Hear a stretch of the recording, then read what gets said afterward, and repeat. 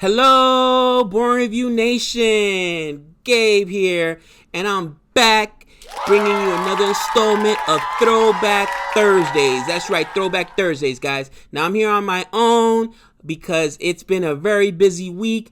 And honestly, we've missed about 3 or 4 weeks of Throwback Thursday. It's been a while, but we've been busy with cricket. We've been busy with getting back to school as educators. Both Nick, Jody, we're all ramping up for the school year. And, the fact that we're getting ready for school, it really got me back to thinking about my school days. And that's really what I wanted to this Throwback Thursday. Films that make you think about your school days. Now I'm wearing my, AC Slater Bayside High jersey, because if there was a show that was really, in my opinion, representative of going back to school, it had to be Saved by the Bell. Everybody, at least if you're an 80s child, you knew about Saved by the Bell.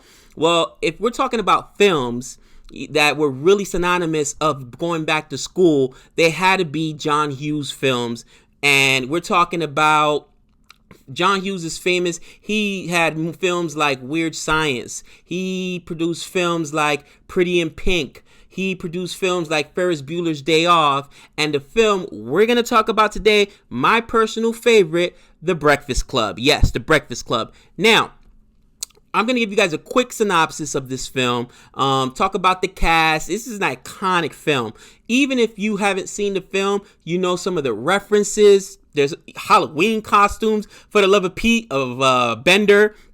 Bender played by Judd Nelson. Okay, Molly Ringwald's in this film. It's probably her most iconic film. She plays the prom queen, Claire. And, it's an awesome film. So basically, you have this group of kids, all from different social groups, all right, that get in trouble for different reasons and all have to spend a Saturday on detention. It's funny, we're talking about school, but the film actually takes place at a school, but on a Saturday during detention. And yes, back in the day, guys, we used to be able to give you detention on weekends. I had to spend at least 1 or 2 times myself, or after school, which is unheard of today. But they all get in trouble and end up having to go to detention, and their principal is the only person there with them, along with the janitor at the school. And detention, usually you have to do a whole bunch of work. They have you doing stuff, but he doesn't want them to do that. He just wants them to write a letter explaining who they thought they were. Now, at first, I always thought, man, this is pretentious, and I hated that idea. But now, as an educator myself, I think this was actually a great idea because it got them to really think.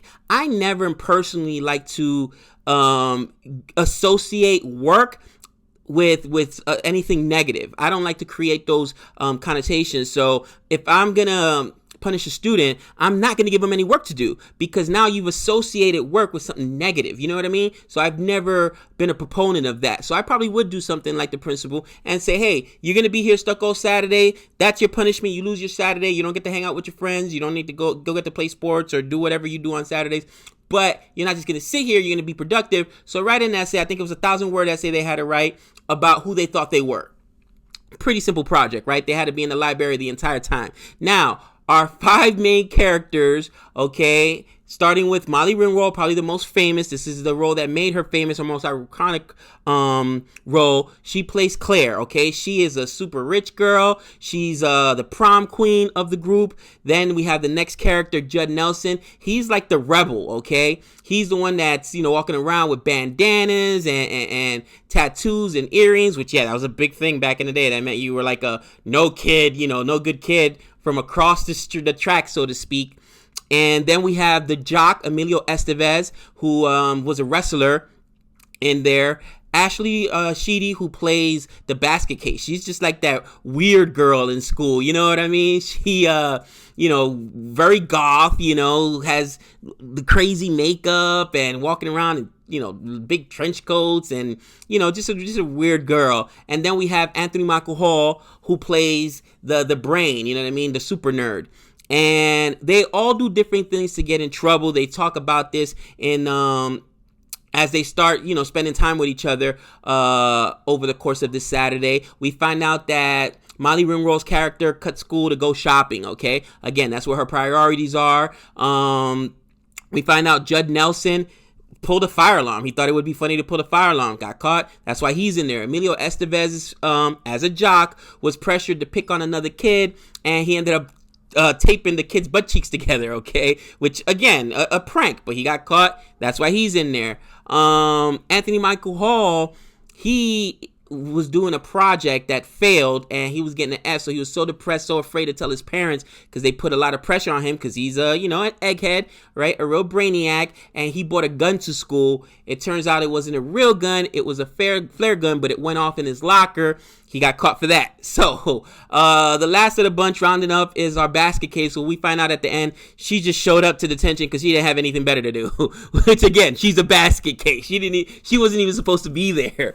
But, principal tells him, you guys gonna stuck in the library. I don't want any talking. He gives him the whole, song and dance. If I got to come back in here, I'm cracking skulls and all that stuff. And of course, they sneak out of the library. They're running around the school, go to the cafeteria. They end up almost getting caught in the hallway. Bender has to sacrifice himself so the whole group doesn't get in trouble. And he ends up getting more detentions added on because he gets in an argument with the principal. They add on 2 months worth of detention in a really iconic scene, which was really, really tense. I love that scene. But then they find out, Bender's not that bad of a guy. He sacrificed himself for his friends. In the end, we find out that these kids are actually this way because of the pressures that they're under, okay? Claire, her parents don't care about her. We find out her parents are actually divorced, and they are playing on or using her back and forth to against each other.